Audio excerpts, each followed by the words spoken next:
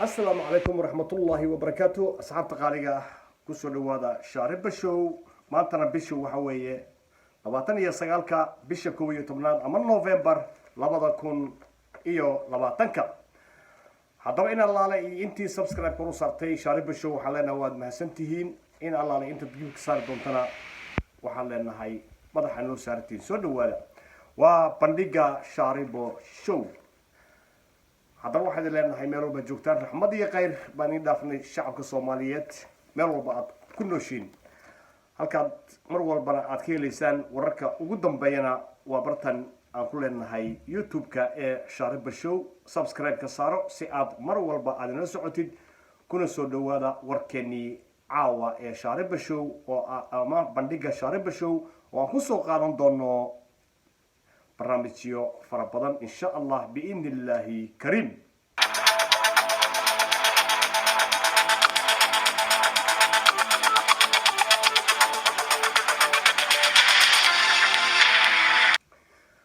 هذا وركن عاو حنكون بلابه ما بنيجي عاو حنكون بلابنا إن شاء الله بإذن الله كريم وردك دق أو إمنك شارب الشو سو جاري بنيجي شارب الشو وشيء إن سفيرك دلك كينيا ambassador Lucas Tombo ee dowladda Soomaaliya ka cayrisay Soomaaliya loona sheegay inuu ka baxo magaalada Muqdisho iyadoo loo yeeray ambassadorkii Soomaaliya u fadhiyay dalkaasi Kenya oo dib ugu soo noqonaya la tashi ahaan dalka Soomaaliya haddaba warbixintaas oo faahfaahsan oo ka soo baxday afayeenka madaxtooyada dalka Soomaaliya ayaan hadda live idinku soo gudbinaynaa insha Allah biidnillaahi kariim nala dhageysi wacan sidoo kalena barnaamijka subscribe ka saaro si aad mar walba uu kugu soo dhaco barnaamijyada shaariba show ay mar walba uu soo sidaayo warbixintii oo dhameystirana waa tana ila dhageyso maanta ay taariikhdu tahay bisha November 29 2020 dowladda federaalka Soomaaliya iyadoo oo gudanaysa waajibaadka ka saaran ilaalinta madax banaanida dalka midnimada iyo wadajirka shacabka Soomaaliyeed kana xun faragelinta qaawan ee arrimaha gudaha dalkeena ee ay cadeysatay Kenya taasoo dhibaato ku ah xasiloonida iyo horumarka gobolka waxay go'aansatay in wadatashi ay ugu yeerto safiirkeeda u fadhiya dalka Kenya sidoo kale dawladdu waxay go'aansatay oo la faray safiirka Kenya ee Soomaaliya in uu dalkiisa wadatashi ugu laabto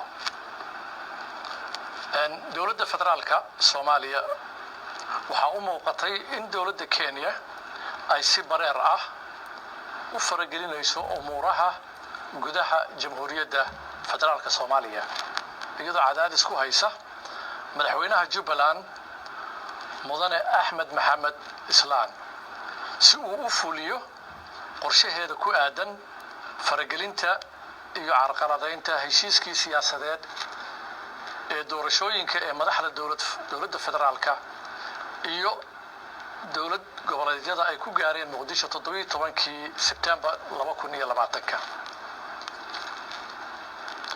dhaqamada Kenya waa kuwa ka baxsan urfiga diblomaasiyadeed ee dalal ay ka dhaxayso dano iyo darisnimo waana dhaqan ka baxsan dhammaan ahdiyada iyo heshiisyada diblomaasiyadeed ee caalamiga ah sidaa daraadeed waxaan la tashi ugu yeeranay danjire Maxamed Axmed Nuur Tarzan oo ah danjiraha Soomaaliya u fadhiya dalka Kenya waxaana la farayaa danjiraha Kenya u fadhiya dalka Soomaaliya mudane Lucas Tombo in uu dalkiisa wadatashi ugu laabto dawladda federaalka Soomaaliya marnaba ma aqbali doonto in la soo farageliyo ama lagu dhaqaaqo fal kasta oo wax u dhimaya madax banaanida iyo deganaanshaha dalkeena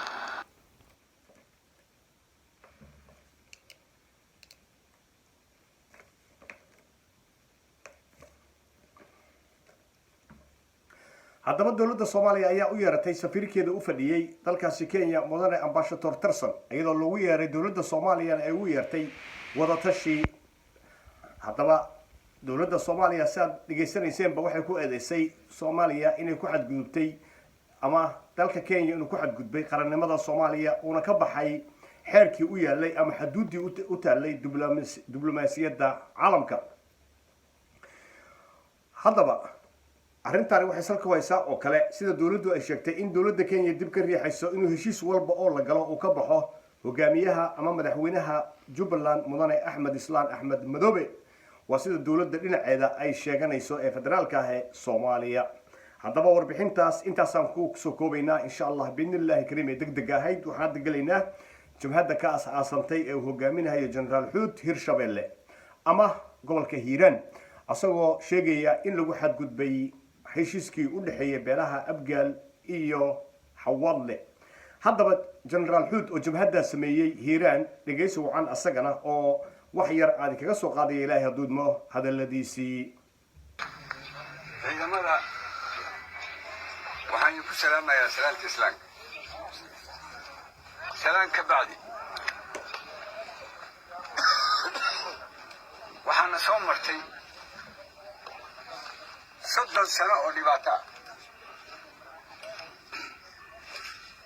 30 sano raggii dhashay waa ragga hadda hortaagan.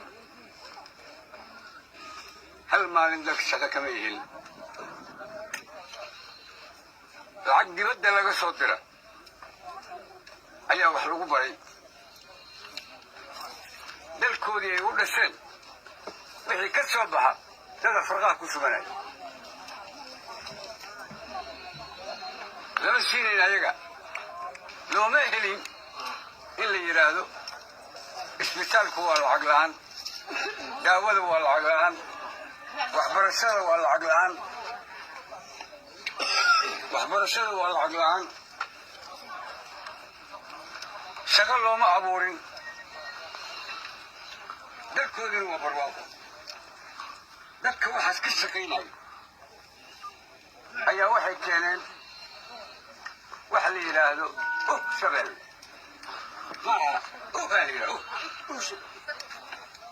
ayay noo keeneen dad daciifa oo xawaallo ah oo dadnimada ku yar tahay ee ayagii aabbahood baxaaran xun ahaa ayaa waxaan keenay ayadoo xawaallo weyne uu diidan yahaba bataatanba inuu ka qayb galo hawshaas hirshabelle. maantana xawaalle 95% waa diidan yihin. saddexdan inuu rabta ee sacabatumaysa waxaan idiin sheegayaa nabad kuma joogaysaan dalka haddaadan ka bixin hawsha aad ku jirtaan oodan degdeg isu cadimin.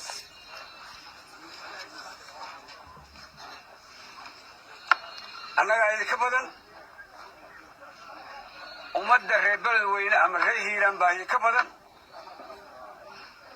arrintan waxay taabatay hal mar jowhar dhexdiisa xawaalaha ku nool, jalalaqsi, buulo burto, maxaas, moqokori, meel walba beledweyne qof kasta oo xawaalaha dibad iyo guda meeshuu joogo arrintan waa taabatay.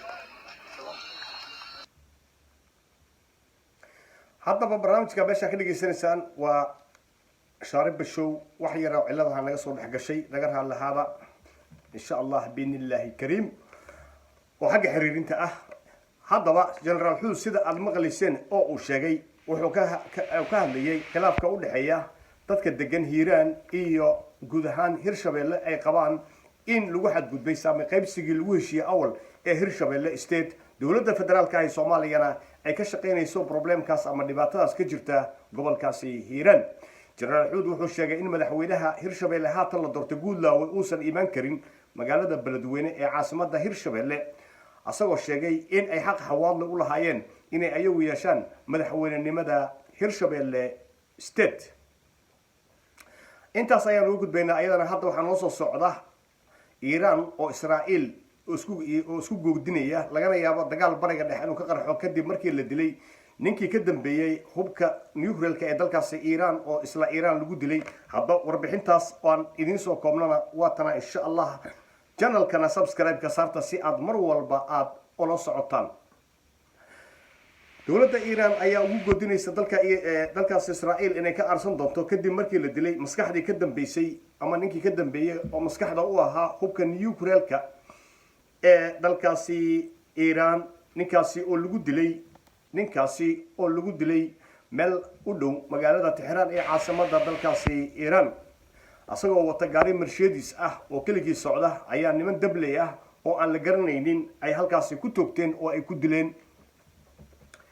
dowladda iiraan madaxweynahooda iyo ninka ugu sarreeya ee majmaca golaha shacbiyadda ee iiraan ayaa sheegay in ninkaasi loo argudi doono.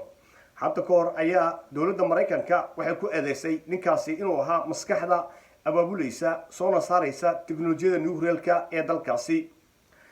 haddaba xiisadda ayaa taagan. dowladda Mareykankuna waxay u dirtay maraakiibteeda dagaalka gacankaasi carbeed ilaa iyo inta arrintaas ay ka xalismayso ama ay arkayso tallaabooyinka dalkaasi iiraan ay qaadi doonto.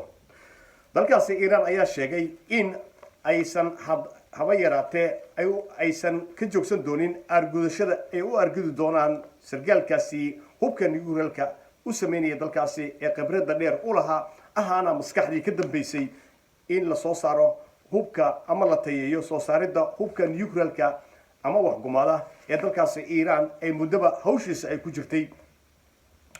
haddaba saxaafadda caalamka ayaa waxay qoraysaa in sirdoonka dalkaasi israa'iil ay ka dambeeyeen oo ay dileen ninkaasi ahaa aqoon-yahanka sare ahna maskaxda hubka iiraan dhisaysay.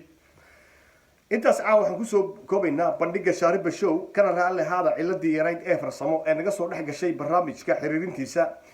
insha allah biidnillaahi kariim hadda waxaan iisoo sideynaynaa wararkii ugu dambeeyey iyo barnaamijyadii ugu tayeysnaa ee bandhiga shaariba show uu mar walba idinkugu talagalo. haddaad ku cusub tahay subscribe-ka saaro si aad mar walba insha allah biidnillaahi kariim aad noola socotid.